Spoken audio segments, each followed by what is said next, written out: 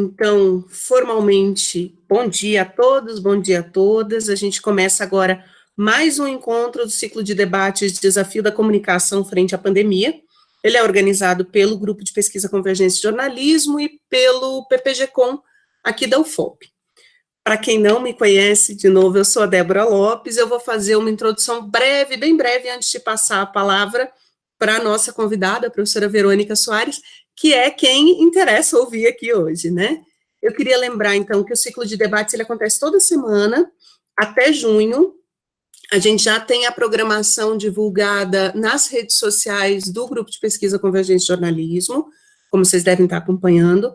Na semana que vem, a gente recebe a professora Tatiana Teixeira, do NUPEJOC, da Federal de Santa Catarina. Ela vai falar com a gente sobre infografia e visualização de dados na cobertura do Covid. Também vai ser uma fala muito interessante para a gente acompanhar. Bom, hoje, como todos sabem, como eu falei, a gente recebe aqui a professora Verônica Soares. A Verônica, ela é do projeto Minas Faz Ciência, da FAPEMIG.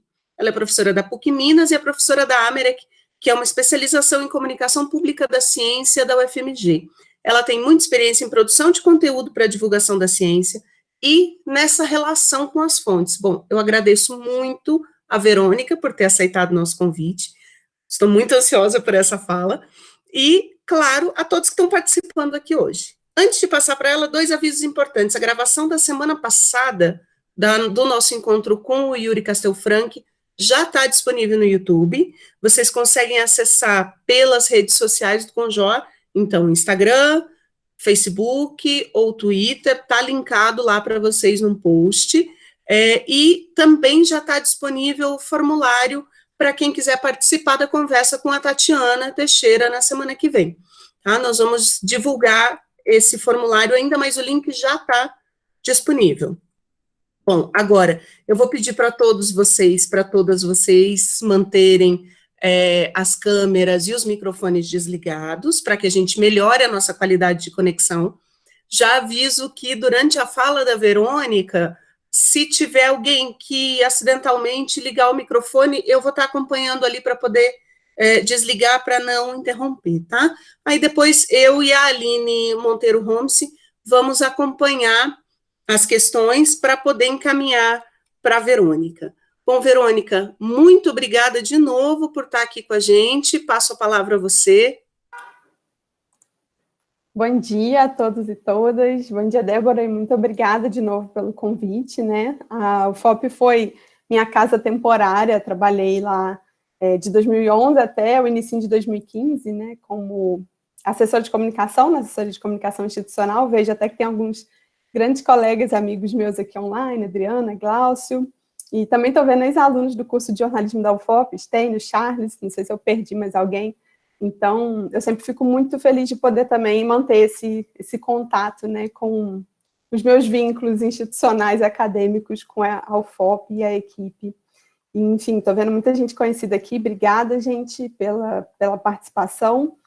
Como a Débora falou, né, que a fala do Yuri está disponível no YouTube, e eu assisti semana passada a apresentação dele, achei que algumas coisas convergiram, assim, porque eu preparei, né, para tentar falar aqui, para a gente conversar sobre esse tema das fontes. Então, e inclusive com relação ao tema da próxima semana, que é essa questão da infografia e da visualização de dados, eu trouxe alguns exemplos também, mas acho que vai ser interessante a gente ver como que essas falas, de alguma forma, vão se conectar, né, ao longo do ciclo e se complementar também. Então, eu queria já dizer que eu vou tentar apresentar 3 eixos, assim, de experiência, né? Primeiro eu vou tentar puxar um pouco, assim, a partir do gancho que o Yuri deixou para mim no final da fala dele na semana passada, em que a gente estava falando de iniciativas de divulgação científica, e no caso ele citou o Átila Yamarino, que é do Nerdologia, que foi o objeto empírico da minha tese de doutorado. Então eu vou começar daí, depois falar um pouquinho da nossa experiência no Minas Faz Ciência. Estou vendo aqui até que a Vanessa está online, né? A Vanessa Fagundes, que é a nossa coordenadora lá, do projeto de divulgação científica da FAPEMIG. Então, vou compartilhar um pouco como vem sendo feita essa relação dos jornalistas do projeto com as fontes e o que a gente tem observado também de ganhos, de mudança nesse momento da pandemia.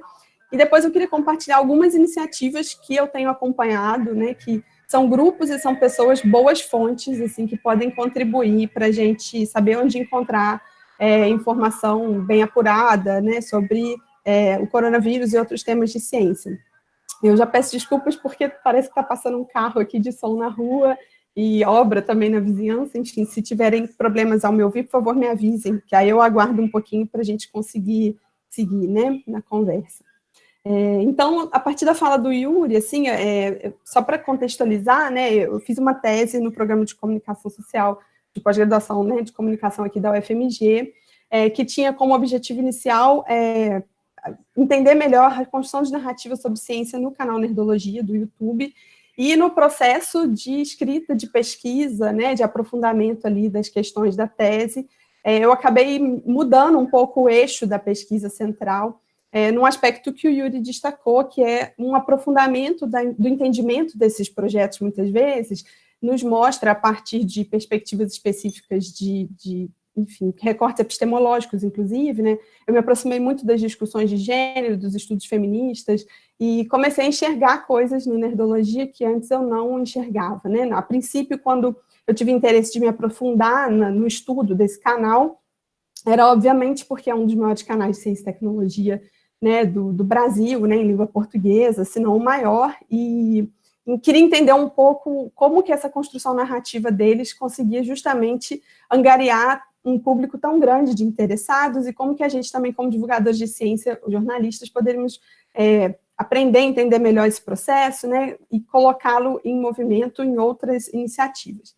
Mas a partir dos estudos de gênero, das perspectivas feministas sobre a ciência, eu comecei a entender que havia ali na tessitura daquelas narrativas e no modo como o Nerdologia está posto também, né, numa plataforma de mídia social como o YouTube, que tem toda uma mediação algorítmica ali em jogo também, e o próprio tema da cultura nerd, que é usado como base comum de comunicação do Nerdologia com seus públicos, ele acabava favorecendo, né, a emergência, assim, o surgimento de alguns entrelaçamentos narrativos que focavam muito, por exemplo, num viés biologizante da ciência, num viés sexista, das imagens de mulheres, né, na cultura nerd, que a gente sabe que historicamente se construiu como um espaço eminente, assim, principalmente masculino, e de a retroalimentação de relações sobre masculinidade, sobre o que é ser homem e o que é ser mulher, que são também um espaço de disputa, né?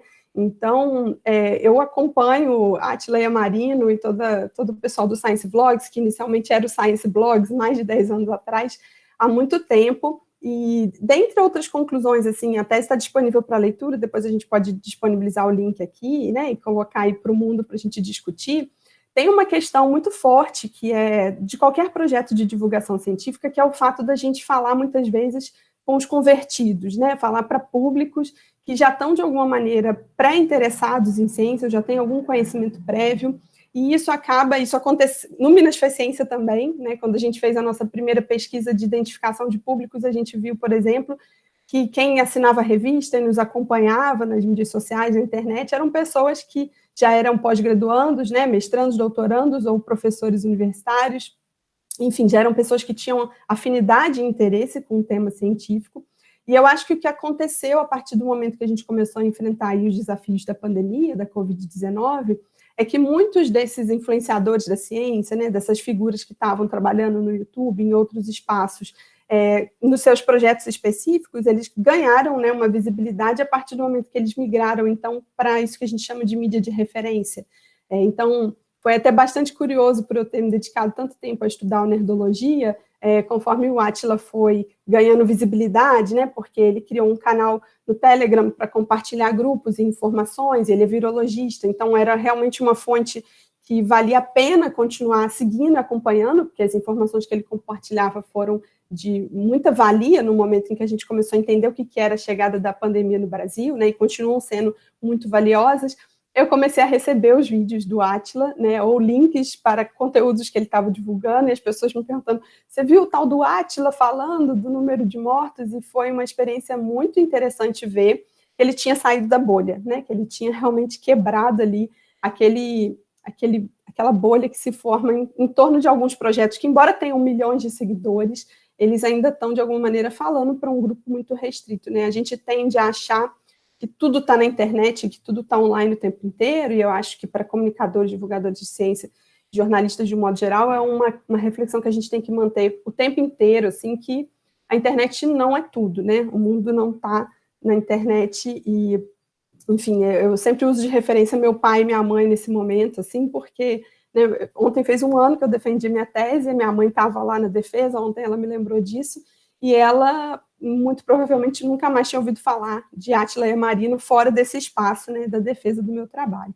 Então, esse primeiro movimento aqui é para a gente pensar um pouco essas autoridades de ciência, dessas falas, dessas fontes que, num primeiro momento, não estavam colocadas ali necessariamente num conceito de fonte, como a gente tradicionalmente chama no jornalismo, né? Que eu acho que até que é um conceito que a gente tem que colocar em questão, né? Essa metáfora da fonte como um elemento límpido ali, uma origem de um conteúdo ou de um conhecimento que muitas vezes é só retirado dali e colocado na prática do jornalismo sem a gente realmente pensar sobre interesses e escolha dessas fontes e outras questões que estão atravessando, porque no dia a dia, né, da apuração, na rotina de trabalho, a gente acaba atropelando um pouco essa reflexão ética, né, que a gente fala, por exemplo, eu falo com os alunos lá da PUC na aula de edição jornalística, a gente fala quando a gente está ensinando apuração, mas depois parece que a gente automatiza isso na nossa prática profissional também.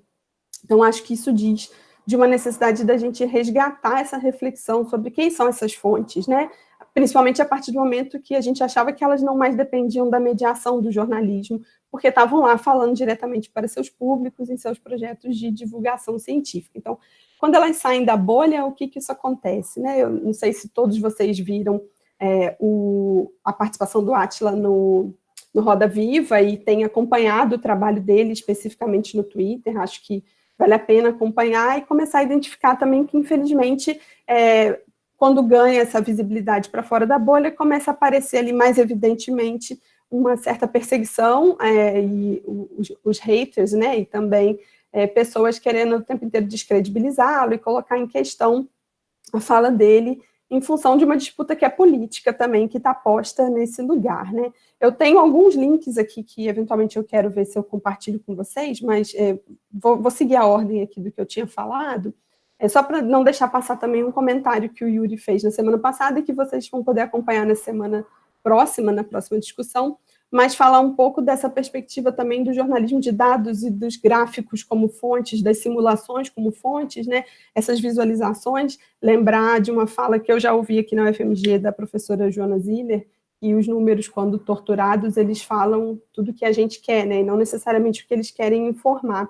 E acho que também esse excesso de números como fontes, no sentido assim de ver muitas das vezes simulações ou processos de leitura dessa realidade da pandemia a partir só do que aquilo que os gráficos nos mostram, obviamente não é suficiente para a gente entender o que está de fato acontecendo. Então, eu sinto que, às vezes, quando a gente fala da nossa relação com as fontes, né, na cobertura da Covid-19, existe uma preocupação, né, que eu acho que é legítima, e eu vou compartilhar aqui com vocês algumas iniciativas, por exemplo, esse aqui é de 2 ex-alunos da PUC, que estão fazendo um levantamento específico, né, sobre a coronavírus aqui em Minas Gerais, e esse aqui é do Delta Folha, que é uma iniciativa que também tenta coletar dados e fazer contextualização a partir desses números de doentes ou perspectivas do que vai acontecer no futuro, né? Mas, ao mesmo tempo, hoje de manhã, assim que eu acordei, eu não sei se vocês têm Twitter, mas estou colocando aqui um link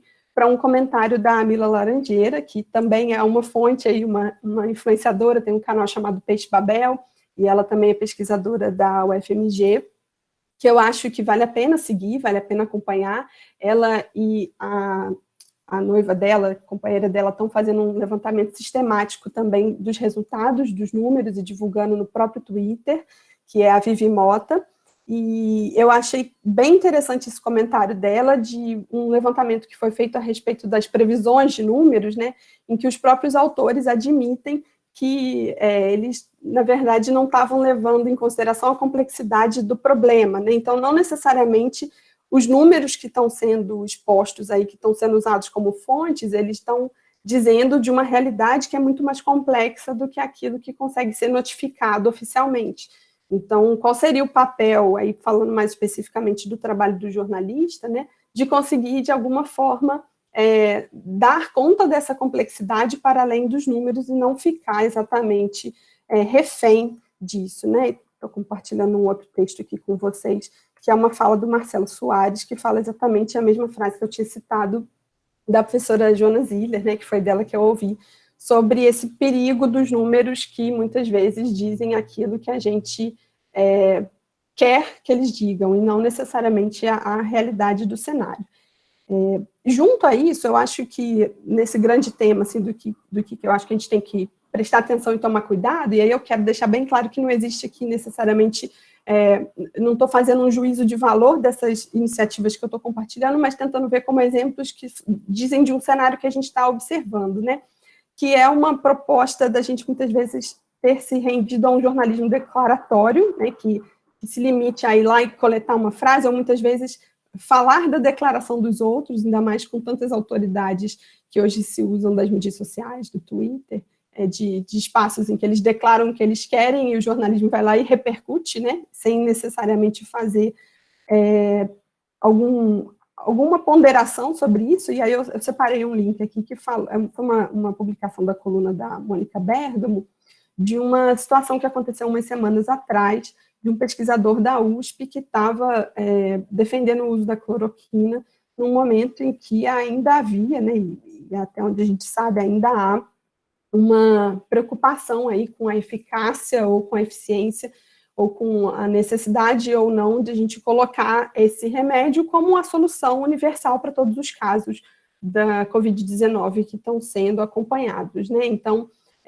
eu achei interessante, até porque nesse link aí da Folha que eu mandei para vocês, a USP, né, que é a Universidade de São Paulo, ela é colocada, então, como a agente desse processo de desautorizar um pesquisador, né, que defendeu a hidroxicloroquina, e de como que essas narrativas elas estão em disputa o tempo inteiro, e até o modo como a gente escolhe, né, o título e o que a gente vai fazer com essas declarações, de alguma forma impacta na leitura que esses públicos, que não necessariamente são especialistas, vão ter sobre isso, né? Quando está todo mundo desesperado por uma cura, esperando por uma vacina, querendo um milagre, a gente tende a se apegar a essas perspectivas que nos indicam uma luz no fim do túnel. Então, porque também é importante que a universidade se posicione em relação a isso, né? E que fale um pouco do que ela, como instituição, defende, ou do que ela quer, eventualmente, reafirmar ali como uma oportunidade ou um risco a depender do estágio em que os testes e as pesquisas estão sendo feitas. E aí eu me lembrei também que na semana passada o Yuri compartilhou a decisão do grupo da Força Tarefa MEREC em relação ao trabalho que eles estão fazendo, né, de tentar sistematizar e republicar e ser um multiplicador de conteúdos nas redes sociais do MEREC. Então, para quem não segue, também sugiro que procurem lá e sigam nas redes sociais.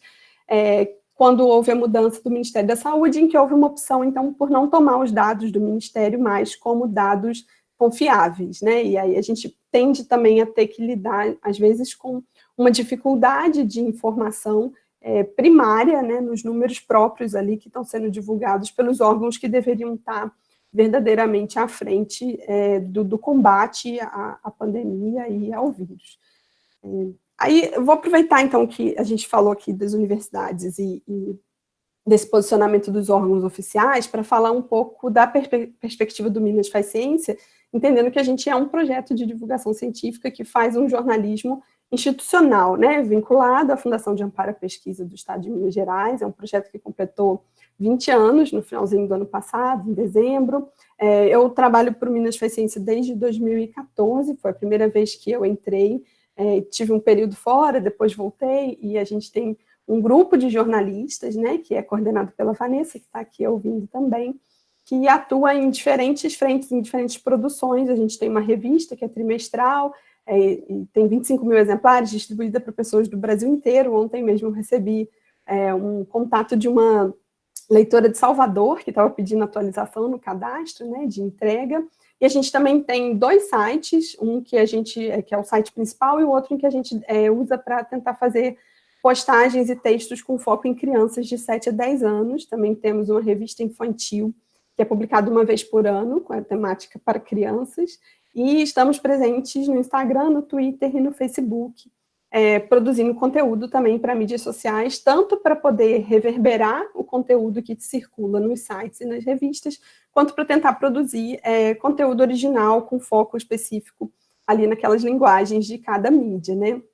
E eu lembro que na semana passada surgiu a discussão sobre aquela ideia do jornalista ser um cheerleader ou watchdog da ciência, né? Qual deveria ser o nosso papel profissional, no sentido de que nem sempre cabe somente ficar torcendo e fazendo uma apuração ou uma publicação acrítica dos movimentos da ciência, mas eu falo da especificidade do projeto Minas Faz Ciência e de tantos outros projetos de divulgação científica em que muitas vezes não nos cabe necessariamente uma política de watchdog da ciência, né? No sentido de que a gente tem um objetivo muito bem definido de dar visibilidade às pesquisas feitas em Minas Gerais, principalmente, mas não somente aquelas com financiamento público, né, que vem do governo do estado ou de outras fontes de parceria, embora a gente também fale de pesquisas que não necessariamente têm financiamento da FAPEMIG, mas que estão inseridas ali num ecossistema de pesquisa do estado, ou que são temas de grande relevância, em que a gente também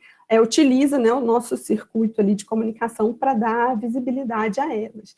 E aí eu acho que, para a gente, desde que eu entrei na Minas Faz Ciência, me parece que isso sempre foi uma prática e que eu acho que é muito valiosa, mas que mexe muito com o que a gente entende por jornalismo, ou que a gente é ensinado a fazer como jornalismo, talvez na faculdade, ou no dia a dia de uma redação mais tradicional, é que a gente já tem por hábito trabalhar junto com o pesquisador, na perspectiva de, por exemplo, a cada pauta da revista, assim que ela é concluída e editada, né, que o texto chega na sua versão final, é muito comum que a gente devolva esse texto para que os profissionais pesquisadores possam ler e, eventualmente, fazer correções e sugerir, né, mudanças para que não se perca o sentido científico da informação que está sendo posta ali, porque a gente sabe que no jornalismo existe uma tendência, né, que é de tentar, obviamente, simplificar. Eu não gosto muito dessa ideia de simplificar como se fosse algo mais simples, né? Às vezes a gente precisa até complexificar, usar mais metáforas e tentar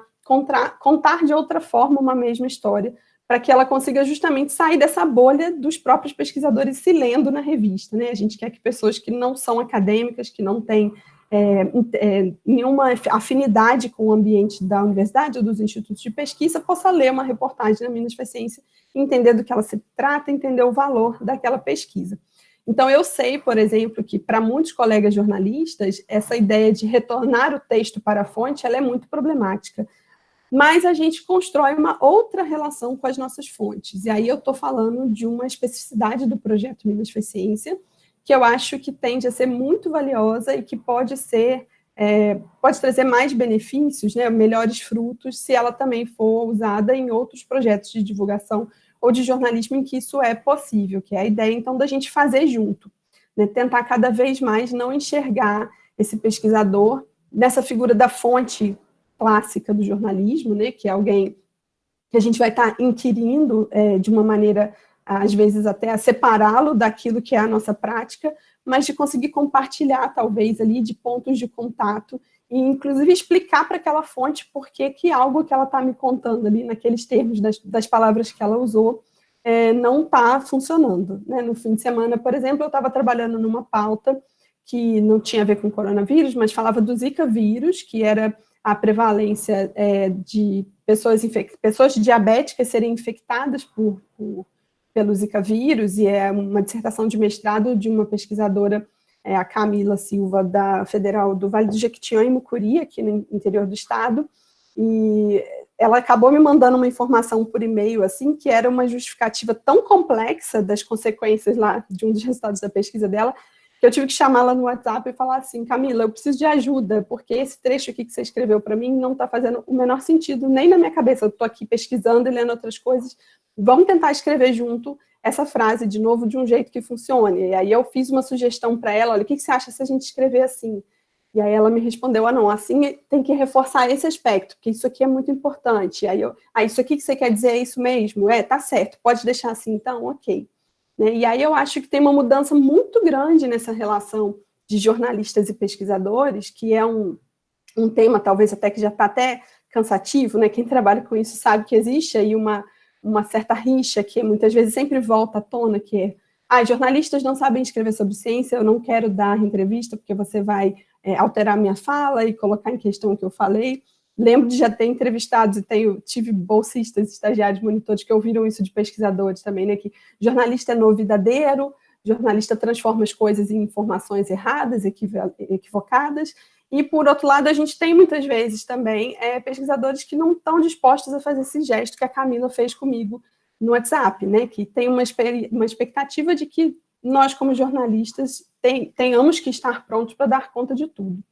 Então, eu acho que a experiência do Minas Faz Ciência ela é muito positiva e eu acho que ela poderia servir de um bom exemplo a ser replicado em outros projetos, principalmente esses que têm um vínculo institucional muito forte, que é chamar a pessoa para fazer junto, né? E, recentemente, convido vocês até para pesquisarem depois nos seus tocadores de podcast preferidos, a gente lançou um projeto que é uma série de podcasts para crianças, que chama Histórias de Ninar para Pequenos Cientistas, que a idealizadora do projeto, a Luísa Lages, que também é jornalista, ela falou muito assim, dessa experiência positiva de sentar com os pesquisadores para construir roteiros de podcast. Né? Então, pensar junto em tema, pensar junto em formas de contar isso, inclusive na especificidade da mídia, né? Pensando na oralidade, e eu acho que existe assim, um ganho muito grande, né, desses casos recentes, que inclusive derivou para uma novidade assim, que a gente está agora articulando e vendo como é que vai funcionar com o Museu de História Natural, aqui de BH, que foi a percepção, né, após participar da confecção do podcast, né, da construção aí, coletiva e colaborativa desse roteiro, de que mesmo que o museu tenha uma iniciativa própria de divulgação científica deles também, lá institucional, que eles fazem por conta própria, eles começaram a sentir necessidade de intensificar essa mediação com um projeto jornalístico. Né? Então, agora vai ser incorporada aqui ao Minas Faz Ciência uma proposta de divulgação. Então, a gente está ganhando mais parceiros, a gente está ganhando mais gente divulgando o nosso trabalho, e que é um trabalho que eu acho que vem sendo feito aí nos últimos anos, desde que a gente descobriu, então,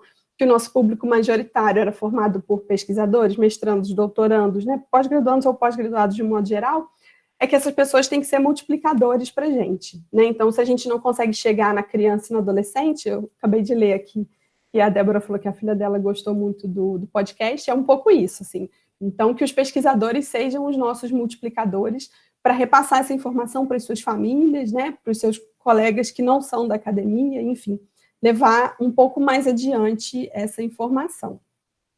E aí, só para retomar o exemplo que eu falei da Camila, que foi a minha fonte da última reportagem que eu fiz, né, a gente está trabalhando agora especificamente nos temas da pandemia, né, na Covid-19, nas primeiras semanas a gente ainda estava sem saber como contribuir com esse tema no Minas Faz Ciência, porque eu acho que uma coisa que tem acontecido é um excesso de informação também, né? De repente todo mundo virou fonte, a gente liga a televisão 5 horas da manhã, já está passando o jornal falando de Covid-19, a gente vai dormir meia-noite assistindo o jornal falando da Covid-19, então existe um volume de informação, um volume de fontes aparecendo, uma multiplicidade de pessoas ali passando a ser conhecidas por falar desses temas. Eu acho que isso é algo que a gente tem que também pensar, que momento esse excesso ele vai acabar até apagando a força da informação, né? Eu já começo a ouvir relatos de pessoas que não aguentam mais ver jornal, não aguentam mais ler nada sobre a doença, já começo a ver muitos também psicoterapeutas, psicólogos orientando que para manter a saúde mental, talvez seja importante reduzir o consumo dessas informações. Então, o impacto da informação também, o tempo inteiro, eu acho que ela pode ser muito negativa para muitas pessoas, então como que a gente lida com isso? Mas, de alguma forma, eu acho que a gente também precisa dar visibilidade a outras histórias que não aquelas que estão, né, maciçamente estão aparecendo, por exemplo, na televisão, que eu acho que tem sido, talvez, um dos veículos que mais tem contribuído neste cenário.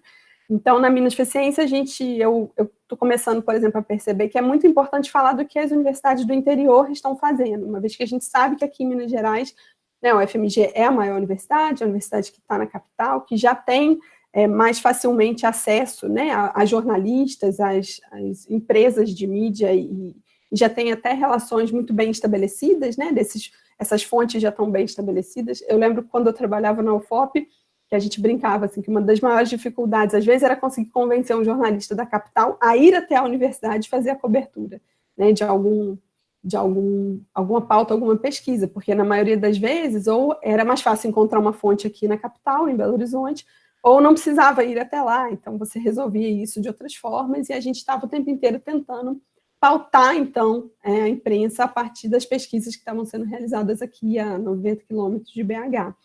Então, ouvir a voz, por exemplo, de pesquisadores e de pós-graduandos do interior do estado, eu acho que é um movimento importante para a gente fazer agora, né? E inclusive de descobrir, né, que numa apuração recente, que tem mestrandos e doutorandos que sequer têm bolsa, né, e que estão passando aí por um momento difícil aí em relação ao momento da ciência no Brasil, de um modo geral, mas que estão na linha de frente, trabalhando em testes e tentando, de alguma forma, contribuir com a FUNED aqui, que está fazendo os testes, por exemplo, para a identificação da Covid-19. Então, como que a gente dá visibilidade a essas vozes também, que não são pessoas midiáticas, né, não são pessoas conhecidas, mas eu acho que é esse olhar para o gesto mais humano, né, dessa fonte, humanizar a fonte nesse sentido, de contar essas histórias também, que eventualmente não estão na linha de frente, mas que estão sendo parte fundamental dos processos.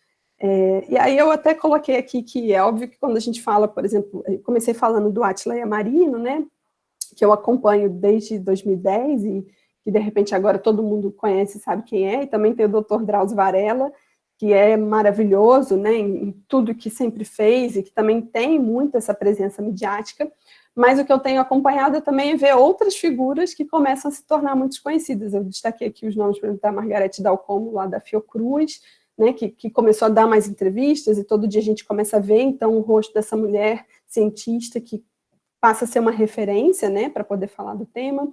Aqui em BH, o Naí Tupinambás, que é da UFMG, também a Viviane Alves, que é do ICB, da UFMG, ela tem um projeto de vídeos no Instagram, que depois eu vou botar o vídeo para vocês aqui, que é muito bacana de acompanhar, que está dando várias dicas assim, sobre como usar máscara, cuidados que a gente tem que ter com limpeza, higienização. Ela, inclusive, ontem estava no Jornal Nacional, e a gente fica super orgulhoso, assim, entrevistamos a professora Viviane mais de uma vez para o projeto Minas Faz Ciência, e agora ela está, então, de novo saindo dessa bolha, né, indo para uma mídia de referência, né, de muito maior repercussão. E eu acho que é um pouco esse processo da gente conseguir identificar essas pessoas, trabalhar junto com elas e de alguma forma, favorecer também que elas saiam dessa bolha e possam atingir outras pessoas, porque a gente sabe que isso que a gente chama de mídia de referência ainda tem um alcance muito grande e muito importante no Brasil, que não pode ser menosprezado, né, num momento como esse. Eu acho também que é uma oportunidade para a gente começar do ponto de vista jornalístico, questionar um pouco esse conceito de públicos, o conceito de fontes, do mesmo modo como a gente questionou o conceito de públicos na divulgação científica, né, de falar do público em geral, como se ele fosse essa massa amorfa de gente que não sabe nada sobre ciência, tentar repensar, então, a nossa relação com fontes. Quem são essas fontes? Né?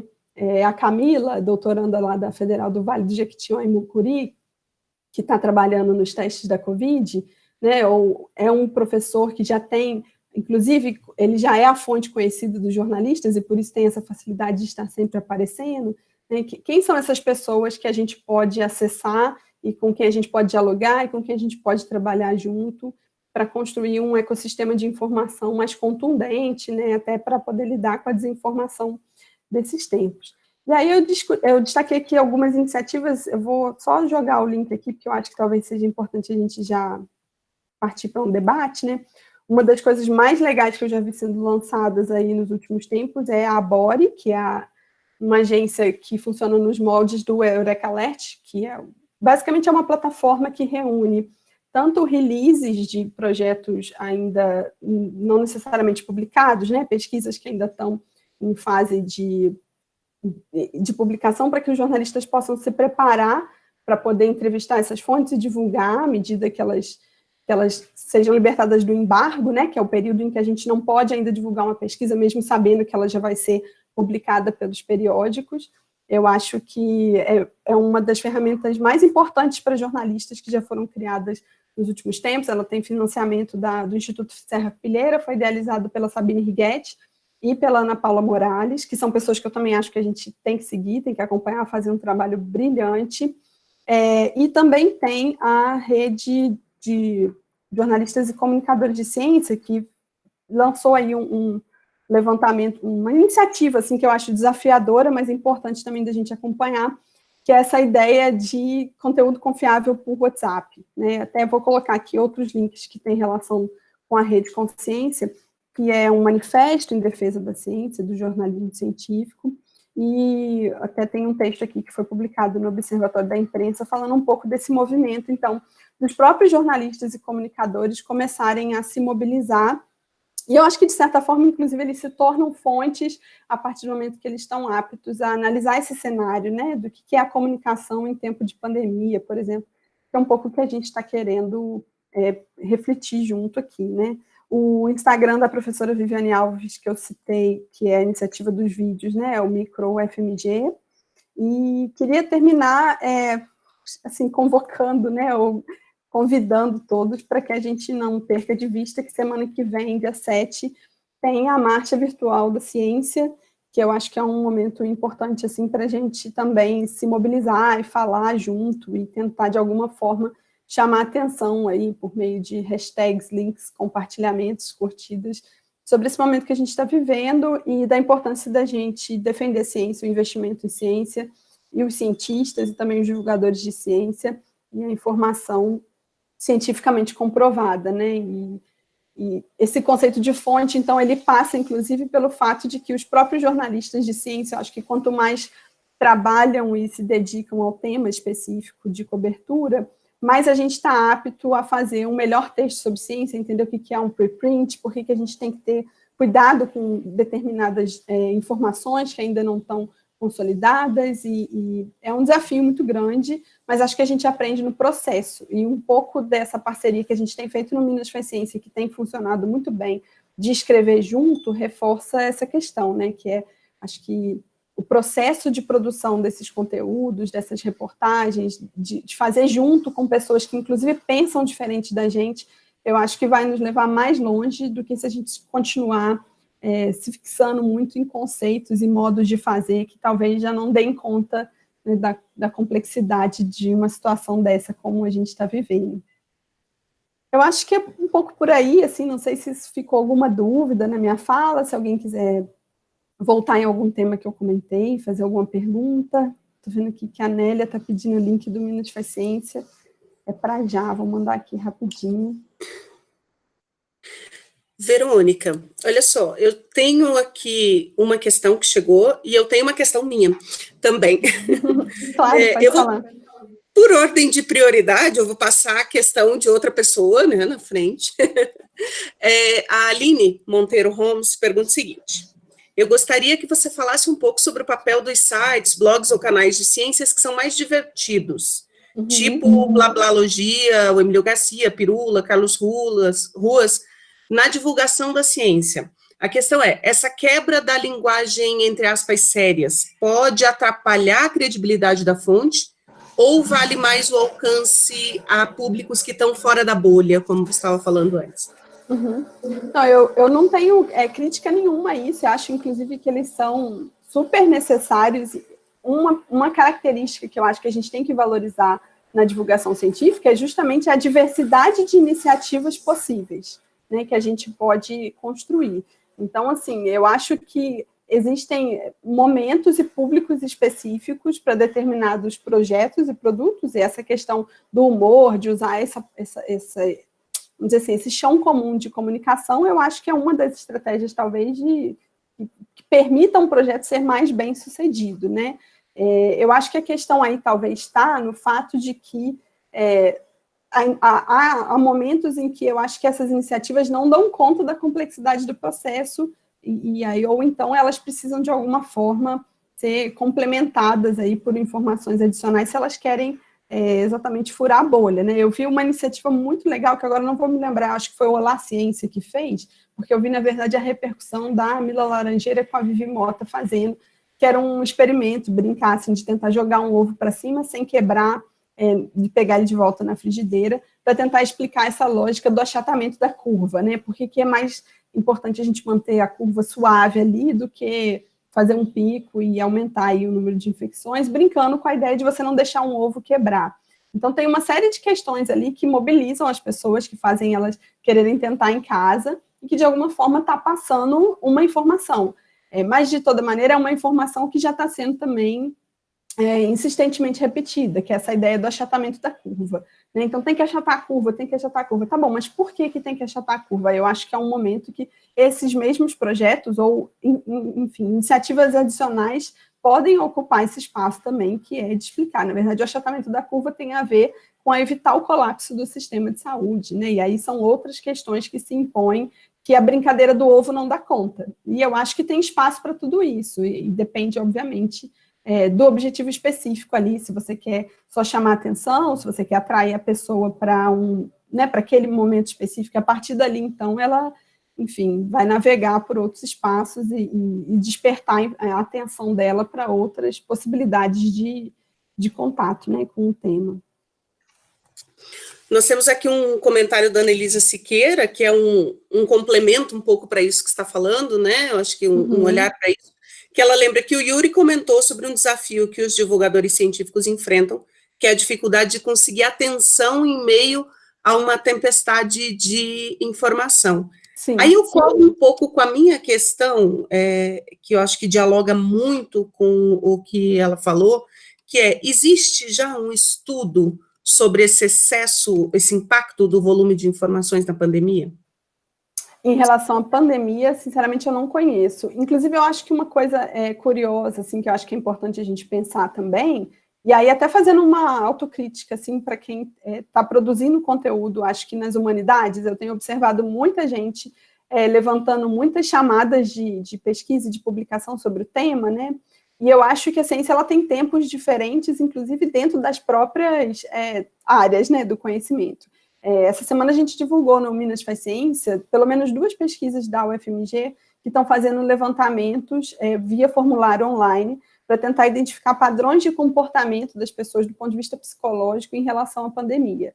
Um tem um foco mais específico em profissionais da saúde, exatamente, ou pós-graduandos, para como que a gente se sente afetado por isso, até do ponto de vista de produtividade, e um outro que está pensando mais na relação, como que o seu perfil individual, subjetivo, de alguma forma, favorece ou não você seguir as orientações de isolamento, por exemplo, né? O quanto que isso impacta a sua boa vontade ou a sua compreensão de que isso é importante ou não, e o que isso diz sobre o perfil das pessoas no mundo, de um modo geral, no controle da pandemia. Então, sobre a pandemia especificamente, eu não conheço, e eu acho que, inclusive, é importante que esse seja um momento de coleta de dados, não de conclusões, né? Eu vejo algumas iniciativas de publicações que talvez eu sempre fico me perguntando se ainda não está cedo demais para a gente ter tantas certezas sobre uma coisa que está, né, exatamente nessa explosão de informação, que é muito diferente da perspectiva das ciências que estão em busca de uma solução, que aí sim há uma urgência que eu acho que não pode esperar, né, que é a questão das vacinas e dos remédios. Então, entender um pouco essas diferenças do tempo das ciências também me parece ser relevante nesse processo. E esse excesso de informação, acho que nos estudos de comunicação a gente já tem outros levantamentos que nos indicam isso há um bom tempo, né? Então, eu acho que é um desafio maior do campo, não só do momento da pandemia. Se eu depois descobrir alguma coisa, eu tento encaminhar aí para a lista de e-mail para vocês. Não sei se eu respondi. Respondeu sim, eu estava com dificuldade de liberar o microfone. Verônica, tem uma questão da Cláudia Quadros, ela pergunta se você poderia indicar para a gente uma lista de pesquisadores especialistas em divulgação científica que pudesse nos ajudar nesse momento. Sim, eu vou fazer. Você já indicou, né? Não, sim, eu até, é bom falar com todo mundo, tinha combinado com a Débora que eu vou fazer um levantamento um pouquinho mais sistemático, eu acho que tem muita gente fazendo muita coisa boa, que é legal a gente acompanhar, e especificamente sobre fontes possíveis, aí são pesquisadores para falar da Covid-19 ou da pandemia ou de consequências. A agência Bore tem feito isso. Então, para quem é jornalista, você pode se cadastrar lá e por dentro do sistema você consegue uma lista de fontes disponíveis para falar sobre os assuntos mais variados em relação à pandemia, né? E aí, sobre divulgadores, né, que estão fazendo essa análise, eu vou fazer a listinha e depois eu posso compartilhar com vocês. Pode deixar, eu mando pela lista de e-mail. A Débora tinha me falado já que até o final da semana a gente podia compartilhar. Bom, mais uma questão da Anelisa Siqueira. Verônica até mencionou a questão de muitas pessoas já estarem saturadas de informação sobre o Covid-19. Então, além de precisar conquistar espaço, atenção, temos que tentar engajar o público de uma outra maneira. Diversificar as fontes pode ser uma possibilidade para atrair o público. Eu concordo, Ana. Eu acho que essa coisa da diversificação das fontes e também da gente tentar falar com pessoas que não estão necessariamente nesse eixo principal aí da mídia de referência pode ser um ganho, principalmente porque eu encaro muito que essas fontes podem ser multiplicadores dessa informação, né? A gente tem, obviamente, aí uma relação hoje muito de a gente, né, dá a entrevista e a gente quer se divulgar e a gente manda o link para os nossos familiares, a gente divulga no WhatsApp, nas nossas mídias sociais.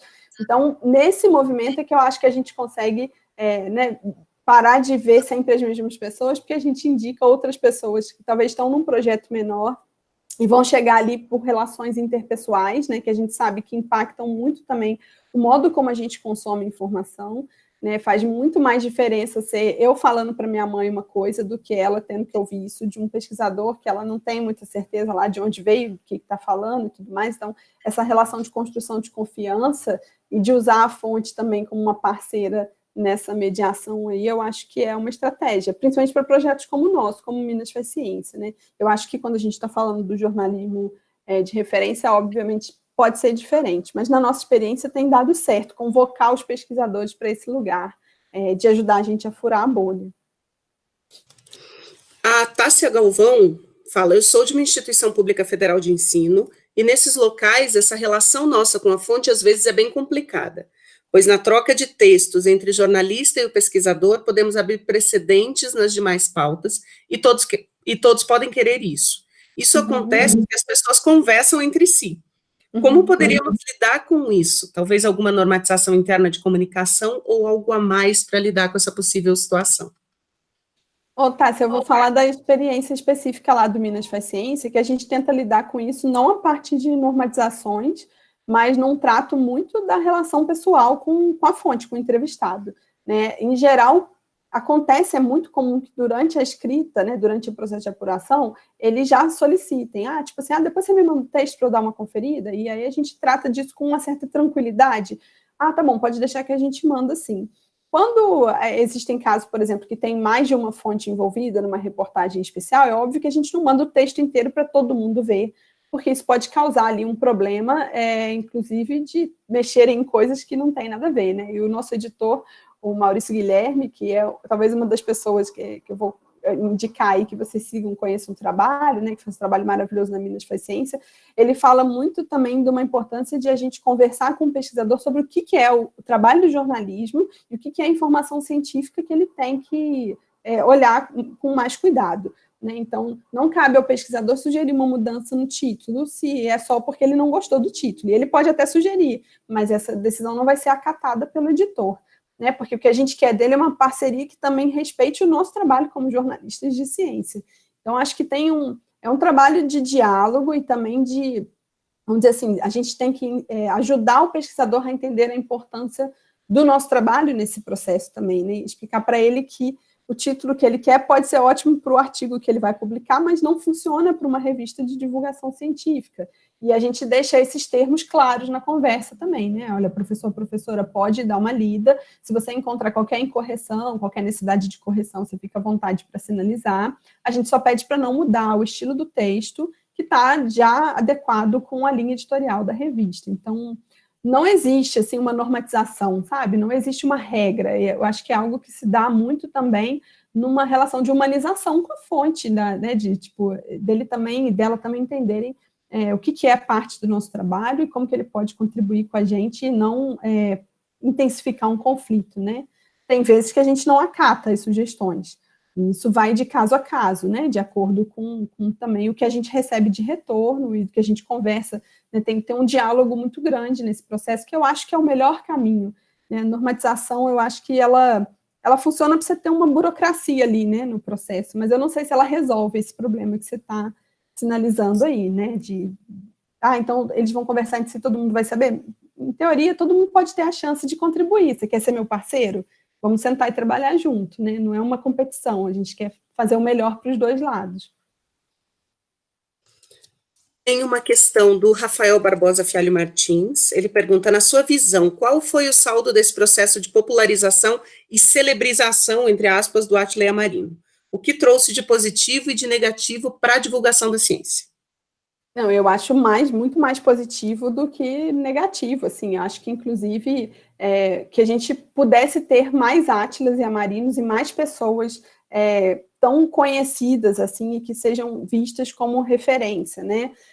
Um movimento da minha tese, assim, que eu acho que, em certa medida, foi até mal compreendido, talvez, em algumas leituras, é que eu aponto, na verdade, como que nós, como divulgadores científicos, a gente tem que estar muito alerta também o tempo inteiro para que a gente não reproduza falas e recortes e abordagens que reforçam, por exemplo, questões problemáticas como o sexismo, né, como uma visão da ciência como única e viável apenas a partir de um ponto de vista científico, e não vendo em seu processo, em sua diversidade, e que isso não é necessariamente, vamos dizer assim, uma responsabilização dele como apresentador do canal, ou de qualquer youtuber especificamente, mas de um certo processo coletivo também da construção dessas narrativas que estão entranhadas ali no próprio modo como o YouTube funciona e no próprio modo como a gente elege, às vezes, um determinado chão comum de comunicação, que pode ser o humor, como foi a pergunta da Aline, como pode ser a cultura nerd, e que muitas vezes a gente deixa essas características extrapolarem, né, acima do elemento específico que importa, que é a informação científica e o modo como ela é passada adiante. Então, assim, eu sempre acompanhei grupos de divulgadores, e a gente fica um pouco nessa esperança de que a gente tenha, né, mais Carl Sagans e mais pessoas, mais doutores Drauzio Varela conhecidos no Brasil, e eu vejo que talvez é um ponto muito positivo, assim, se a gente tiver que ver algo, assim, ter esperança sem ser necessariamente otimista, né, assim, de ver algo positivo no processo todo da pandemia, é a gente conseguir, de fato, ter mais cientistas sendo vistos como referência, né? Então, que a gente consiga dar mais valor à fala dos pesquisadores, que a gente consiga fazer com que eles não percam em credibilidade e que a gente também não confunda essas coisas, sabe? Porque ninguém também está acima de todas as críticas. Então, eu acho que se existe um risco do processo de celebrização, no sentido assim, é a gente também colocar a pessoa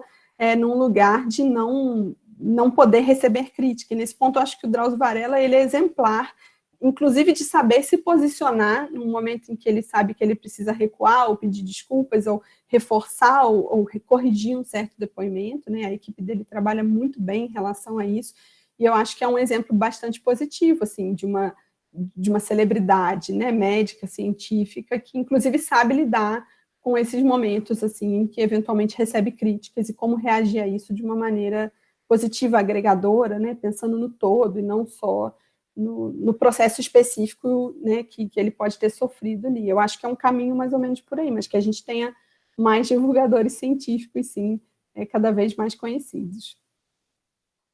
Bom, eu vou colocar aqui uma questão da Cláudia Quadros antes, porque tem a ver com o que você está falando, que é o fato do Átila também falar que errou ajuda ele a ficar mais próximo do público, não? Sim, eu acho que e cai de novo nessa ideia que eu estava falando antes, num processo de humanização, né, da gente também se assumir como, essa ideia do cientista também como um sabedor de tudo tem que ser superada, né, a gente sabe muito das nossas áreas específicas, e é por isso que, por exemplo, quando eu sou pesquisadora de divulgação científica e de estudos de gênero, mas quando eu vou, por exemplo, fazer uma entrevista sobre o Zika vírus, tem algumas questões ali sobre o funcionamento daquilo que eu não compreendo, ou que eu compreendo, né, com alguma dificuldade ainda, e aí eu preciso sentar com a pessoa que está me contando aquela história e pedir para que ela me explique, para que eu também saiba explicar de uma forma melhor. Eu acho que existe uma diferença, então, né, entre a gente colocar num lugar de alguém, ou de qualquer pessoa que seja, até nós mesmos como jornalistas que estamos acima das críticas, de fato sentar e ouvir, fazer um gesto de escuta mais humanizado, e aí sim, olha, aquela pessoa ali, ela... É claro que nesse ponto que a gente está vivendo, a gente vive com um processo também dos haters se aproveitarem disso para eventualmente criar ali uma confusão, um constrangimento que extrapola até o limite do que seria justo, né? Não é uma questão de causar perseguição, mas de se assumir como uma pessoa em constante aprendizado. Acho que é um caminho válido para todos, inclusive para jornalistas. Bom, nós temos 3 questões mais aqui, por enquanto. Eu vou primeiro apresentar a questão da Nélia Del Bianco. Ela te pergunta, Verônica, você conhece experiências como o Núcleo de Divulgação Científica do Museu da Vida, o Science Blogs Brasil, Nunca Vi um Cientista, que é um site de divulgação científica da Covid-19? Sim, conheço, acompanho todos eles. O Science Blogs, inclusive, foi objeto de uma especialização em jornalismo científico que eu fiz logo assim que eu me formei na faculdade, mais de 10 anos, assim. Acompanho essas iniciativas e acho que depois podia até compartilhar o link delas aí. Eu já, né, fui a Fiocruz várias vezes, acompanho, tenho, né, muita admiração pelo trabalho que todo mundo faz lá. Luísa Massarani, participei até de uma banca deles aí no início do ano. Acho que são excelentes iniciativas para a gente acompanhar, assim. Tem uma questão da Tamires Coelho. Ela pergunta, Verônica, diante da profusão de fake news sobre ciência nesse momento, queria saber se você conhece algum projeto de checagem que trabalha especificamente com jornalismo científico. Não conheço, mas eu tenho visto alguns dos projetos de jornalismo que já estão trabalhando muito em cima dessa questão dos dados, né, da pandemia. Então, eu acho também legal, e aí eu acho que a pergunta da Tamires me faz pensar nisso, algo que é importante da gente compartilhar, da gente imaginar também que nesse momento o que a gente chama de jornalismo científico pode estar, inclusive, passando por espaços onde a gente inicialmente não chama de ciência, né? A gente pode sim fazer jornalismo científico sobre economia, por exemplo, né, e que é uma pauta urgente e que tem sido aí colocada em disputa em relação ao valor, né, das vidas ou da economia, o que a gente tem que salvar primeiro, como se não fosse possível pensar numa retomada da economia que também preserva as vidas. Então, eu acho que eu fiz esse movimento na minha tese, e é um movimento que eu tento fazer também jornalisticamente, da gente começar a pensar em jornalismo de ciências na pluralidade das produções de conhecimento possíveis que a gente tem, e de imaginar, e eu falo isso muito com os meus alunos também, né, tipo, para qualquer pauta que você for construir, há uma grande chance de 100% das vezes você conseguir entrevistar um pesquisador para entender melhor aquele cenário e achar alguém que está fazendo pesquisa sobre aquilo.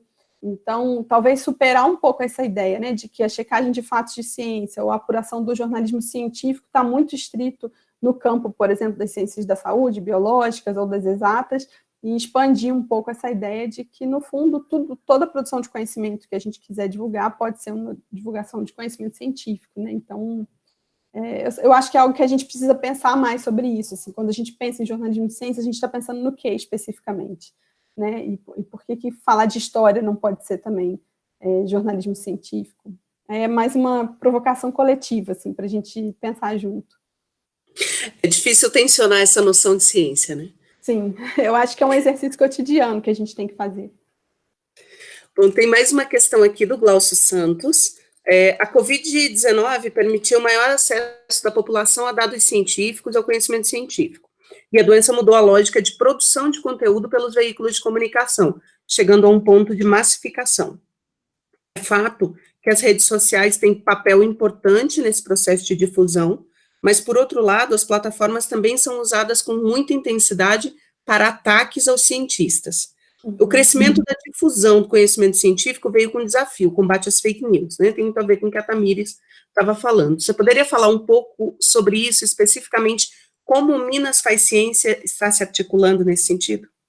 Do combate à fake news, eu imagino, né? Pela pergunta do eu acho que a gente tem uma vantagem, assim, que o fato de que a gente está vinculado à Fundação de Amparo à Pesquisa e de ser muito reconhecida, né? Até no nosso trato com os pesquisadores, que são as nossas fontes, eventualmente, a partir do momento que a gente fala que é da FAPEMIG, acho que surge uma boa vontade natural, assim, de abrir e falar com a gente, que talvez não existisse com jornalistas da mídia de referência.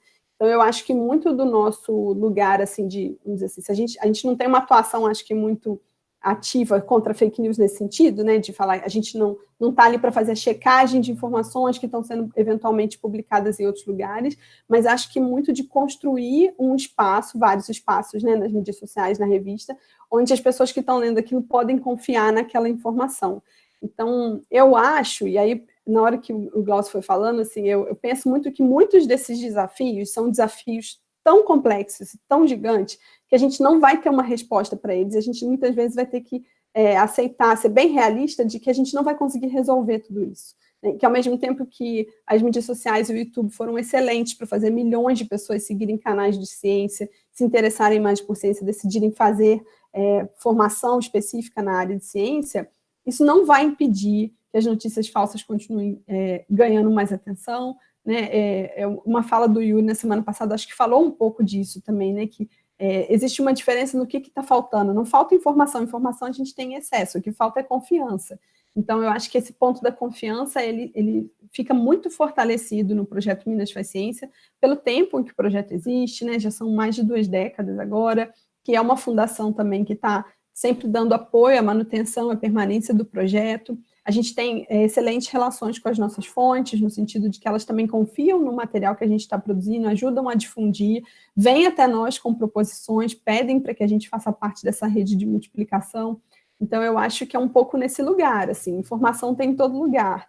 E a gente também tem informação com confiança, com a confiança das pessoas. Então, não acho que seja uma atitude de ataque frontal imediato às notícias falsas, mas um pouco esse espaço, assim, que as pessoas vejam que o Minas Faz Ciência é o lugar onde elas podem confiar no que está escrito ali, né, nas informações que a gente está publicando, e venham até nós com esse senso de tranquilidade em relação ao que elas vão ler naquele lugar. Respondi? Respondeu. Eu ia briga com o microfone de novo. Nós temos mais uma questão da Luciane Bormann, que ela pergunta o seguinte: como você, entre aspas, descobre as suas fontes de pesquisadores? Quais são suas estratégias? Essa é uma ótima pergunta. Eu acho que a gente tem uma enorme vantagem na fundação, né, lá no Minas Faz Ciência, que a gente tem um banco de dados quase infinito de referências em relação a fontes possíveis, né? Originalmente, uma coisa que a gente faz, assim, na história, por exemplo, da seleção de pautas para a revista e até para algumas reportagens do site, é acessar o banco de dados da FAPEMIG, porque a gente tem um foco específico aqui nas pesquisas realizadas em Minas Gerais. Então, a gente pode buscar lá. Existe um movimento interno da instituição que é de pré-selecionar as câmaras, né, de pesquisa. Elas pré-selecionam alguns projetos financiados que aqueles pesquisadores sinalizam que poderiam ter maior interesse de divulgação. E aí a gente tem algumas tabelas com contato desses pesquisadores, resumo da pesquisa, né, o período em que a pesquisa teve em andamento, qual foi o valor investido, e esse contato, ele geralmente, esse lugar, assim, da própria fundação é muito valioso para a gente, que é um lugar onde a gente consegue, né, um volume grande de dados. Na especificidade do perfil também de pessoas que não necessariamente são financiadas pela FAPEMIG, ou pautas mais temáticas, em que a gente quer abordar um assunto que às vezes a gente está buscando fontes fora de Minas Gerais, eu acho que tem um exercício muito cotidiano, assim, de acompanhar fontes de referência, né, e de buscar também nos sites das universidades, a gente faz muita busca nos repositórios de teses e dissertações dos programas de pós-graduação do Brasil inteiro, a depender do tema, principalmente de Minas Gerais, e eu acho que tem um movimento também de utilizar as assessorias de comunicação das universidades, né? Eu acho que isso é importante falar das assessorias, porque a gente tem muitas assessorias fazendo trabalhos bacanérrimos, assim, de realmente fazerem releases bem construídos, de fazerem treinamento de media training dos seus pesquisadores, de prepararem os pesquisadores para entrevista, de já entregar para o jornalista ali uma série de informações, fotografias, eventuais vídeos, que facilitam muito a nossa rotina de trabalho e que a partir dali a gente pode desdobrar em outras produções de conteúdo. Então, a gente fala assim, que é muito bom trabalhar com algumas assessorias que fazem um trabalho muito legal, também nessa distribuição de releases, por exemplo, que às vezes não são pesquisas que são financiadas, né, pela fundação, mas que estão tendo excelentes resultados e que vale a pena divulgar. Então, acho que tem também uma valorização desse ciclo institucional. E aqui em Minas Gerais tem a Rede Mineira de Comunicação da Ciência, RC, depois eu posso botar o link aqui para vocês, que pode eventualmente ser também um novo espaço aí, que tem representantes das instituições de Minas, né, de ensino e pesquisa, e uma tentativa de articular aí possibilidades de trabalho conjunto, de fortalecimento disso, né, de conseguir ajudar ali a achar fontes e pessoas interessadas. Eu lembrei de uma informação, queria aproveitar só para compartilhar por curiosidade, que tem a ver também com essa relação das instituições. A Rede Mineira de Comunicação Científica, a Débora acabou de compartilhar. Eu chequei ontem no Minas Faz Ciência os acessos aos nossos artigos de opinião de pesquisadores que a gente começou a publicar desde que a pandemia começou a tomar conta aí dos nossos espaços de publicação. Então, achei bastante curioso que os links de acesso a essas colunas de opinião, nas últimas 3 semanas, foram os que mais receberam cliques nas nossas mídias sociais, né? Foram as colunas de opinião dos próprios pesquisadores. Então, é bem interessante isso, porque eles podiam estar publicando esse conteúdo em qualquer outro lugar, né? Nos próprios perfis de mídias sociais, nos próprios sites, nos sites das instituições, mas eu acho que tem um peso publicar isso no Minas Faz Ciência, e tem um peso também que o Minas Faz Ciência, como projeto de divulgação científica, seja mediador dessa conversa, né? A gente tem públicos que talvez nunca leram um artigo de opinião do pesquisador, e aí eles passam a ter acesso a esse conteúdo por meio do projeto. Então, me chamou a atenção, e eu tinha esquecido de falar mais cedo, acho que isso diz dessa lógica da parceria, né? De trabalhar junto para atingir públicos mais diversos. Acho que a parceria é soma de credibilidades, né? Você soma o seu capital com o capital do Minas Faz Ciência, acho que isso é interessante. Sim. Nós temos mais uma questão, vinda da Miriam Quadros. Estamos debatendo... Bom, primeiro, olá, Verônica, excelente sua fala. Estamos debatendo aqui principalmente a atuação de divulgadores científicos e canais especializados que ainda têm um alcance relativamente restrito a determinadas bolhas. Como você vê a atuação dos veículos jornalísticos de referência nesse processo de divulgação científica, especificamente em relação à cobertura da Covid-19? Tá, eu vou resgatar aqui, Miriam, um apontamento que eu fiz, que eu acho que ao mesmo tempo que tem boas iniciativas que estão sendo bem informadas, e aí eu vou falar da Folha de São Paulo, porque eu sei que quem tem publicado muito lá também é a própria Sabine Righetti, que é uma pessoa que eu acho que é uma fonte aí, quando vocês perguntaram, acho que foi a Cláudia que pediu, né, pessoas de referência para a gente seguir. Eu acho que a Sabine é uma pesquisadora, cientista e jornalista que vale a pena a gente acompanhar o trabalho dela de perto, e ela tem uma atuação assim, de muita responsabilidade, né, mediando esses processos todos de escrita, divulgação da ciência no jornalismo de referência, mas eu sempre me preocupo muito com essas falas meramente declaratórias, sabe? Eu acho que isso diz também, eu li em algum lugar uns dias atrás, que assim, de repente todas as editorias viraram científicas, né? Que foi um pouco o comentário que eu fiz quando eu estava ali conversando com a Tamires, que é isso, assim, hoje não importa muito se você cobra economia, mas você tem que entender qual que é o impacto aí dessa pandemia para a Bolsa de Valores, enfim, de alguma forma, essa ciência está invadindo essas outras editorias que antes acharam que podiam ficar, né, especificamente ali nas suas caixinhas, e eu acho que aí existe, sim, talvez uma identificação de que quando o jornalista não está, né, muito preparado, ele não tem tempo para se preparar para aquela pauta, para estudar, para entender melhor aquele processo, ele vai acabar rendido a uma declaração e a organizar aquelas aspas em função até da rotina, do cotidiano da redação, que é muito massacrante, né? Com essa coisa, principalmente de você ter que publicar coisas novas online o tempo inteiro, né? E não só nos veículos impressos, por exemplo. Então, eu acho que tem um desafio aí, que é talvez a gente ter mais oportunidade de formação de jornalistas para a cobertura de ciência. E nesse ponto o Amerec ele vem muito nesse lugar, né, que é o curso de especialização aqui da UFMG, e eu sei que existem outras iniciativas no Brasil também, a Unicamp, lá no Rio, na Fiocruz, também são referência, e eu acho que a gente tem que formar mais gente para saber falar de ciência, e não necessariamente só para fazer jornalismo científico, sabe, mas para conseguir ter acesso a um paper e minimamente interpretar aqueles dados e saber se preparar para uma entrevista para tirar o melhor, né, do período ali de entrevista com um pesquisador da área, porque senão a gente vai se limitar ao que o pesquisador falou, e aí vai faltar justamente esse processo de contextualização, e até aí eu acho que é o lugar em que o jornalista tem que ser um pouco watchdog mesmo, nessa metáfora aí de ser o cão de guarda, de fazer pergunta difícil também, né, de entender melhor o processo mais aprofundado. A Tamires, bem quando eu estava falando, ela mandou uma questão que era linkada com o seu comentário anterior. Aí ela diz, você acredita que a linguagem mais acessível por parte do próprio cientista numa coluna, né, que era essa questão, sem uma entrevista por um jornalista necessariamente, chame a atenção por essa visão mais ampla e global dos fatos científicos que se articulam ao nosso cotidiano? Sim, eu acho que essa coisa da coluna de opinião, ela acaba forçando, de alguma forma, o pesquisador a ter um exercício de escrita que é diferente, né, da coluna, vamos dizer assim, do conteúdo que, eventualmente, ele comunica ali com os pares. Então, eu acho que pode ser, assim, dele também se sentir mais à vontade de falar sobre aquilo por conta própria, né, e não necessariamente, que eu acho que uma coisa, e aí talvez quem trabalha com isso pode até compartilhar o sentimento.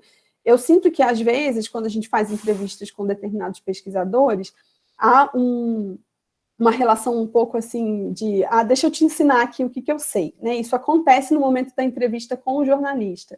E isso acaba trazendo, de alguma forma, um conflito ali latente, porque muitas vezes não precisa ser uma relação hierárquica, né? Então, eu acho que quando a pessoa está sozinha produzindo esse texto, sem esse processo de mediação, talvez ela se sinta um pouco mais à vontade, né? Mas, assim, tô meio que chutando, acho que sim, pode ser um exercício próprio, né? De tentar colocar essas palavras nesses termos.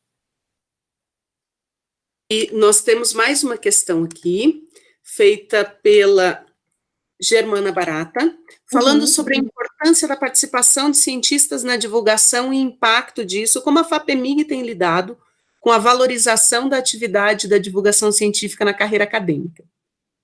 Ei, Germana, obrigada pela pergunta. Olha, eu costumo evitar falar em nome da FAPEMIG, né, porque eu sou bolsista do projeto Minas Faz Ciência de Divulgação. Então, não sei se é válido aqui, mas se a Vanessa também quiser falar e responder, que é assessora de comunicação, que pode eventualmente fazer uma fala, né, oficial, mais institucional, assim.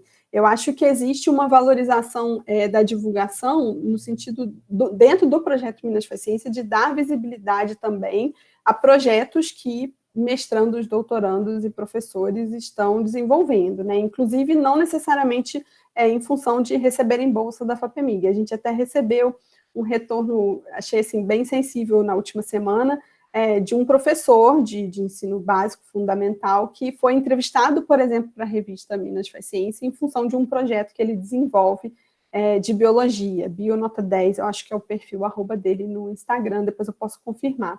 E ele fala de como ele se sentiu feliz de poder ter compartilhado, né, então, com a Minas Faz Ciência, a iniciativa de divulgação dele. Eu acho que o projeto Minas Faz Ciência tem muito esse lugar, assim, de dar visibilidade a essas iniciativas e de repercutir essas iniciativas em reportagens e de falar mais sobre elas, inclusive nas nossas próprias mídias sociais. Então, em relação à FAPEMIG especificamente, eu não me sinto no lugar de poder ser a pessoa que vai te responder isso, né?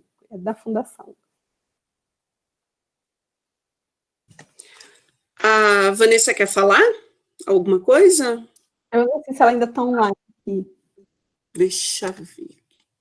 Bom, a gente segue, então. Bom, qualquer coisa ela avisa ali. A gente segue, então, com mais uma questão feita pelo João Batista Abreu. Gostaria de saber como a Verônica vê a diferença entre a divulgação científica e o jornalismo de prestação de serviço baseado em conhecimento científico, que é basicamente o que a gente mais vê hoje, sobretudo na TV. Ótimo, João. Eu acho que essa aí é uma pergunta dificílima de responder, porque tem um debate muito grande na área, inclusive sobre a definição desses conceitos, né? O que é divulgação científica, o que é o jornalismo científico. Eu falo, por exemplo, que o que a gente faz no Minas Faz Ciência é jornalismo científico, mas eu sei que existem possibilidades de leitura desse projeto, não necessariamente, assim, a gente obviamente usa técnicas e publica produtos jornalísticos, mas o que a gente faz é um jornalismo diferente desse mais watchdog, né, dos veículos de referência.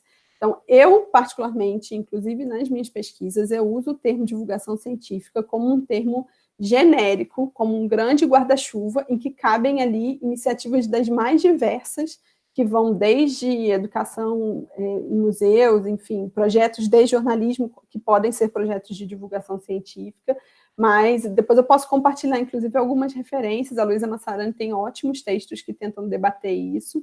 E, ao mesmo tempo, eu acho que é um pouco assim, é uma discussão que acaba sendo um pouco infrutífera, né, em relação a gente definir o que é. Então, em relação à segunda parte da sua pesquisa, né, que é essa jornalismo de prestação de serviços e tal, eu acho que ele tem o seu lugar, né, e uma coisa que eu acho que que eu particularmente tiro de ganho desse movimento todo, que a pandemia faz a gente pensar, parar para pensar em tanta coisa que está acontecendo, no excesso de informação, é de novo que eu acho que tem lugar para tudo isso, né? Eu acho que é importante a gente ter isso que você falou aqui, né? Prestação de serviços baseados em conhecimento científico, né? E se é o que a gente mais vê na TV, se a gente tem essa percepção, isso tem o seu lugar e não impede que outras coisas também sejam realizadas, né?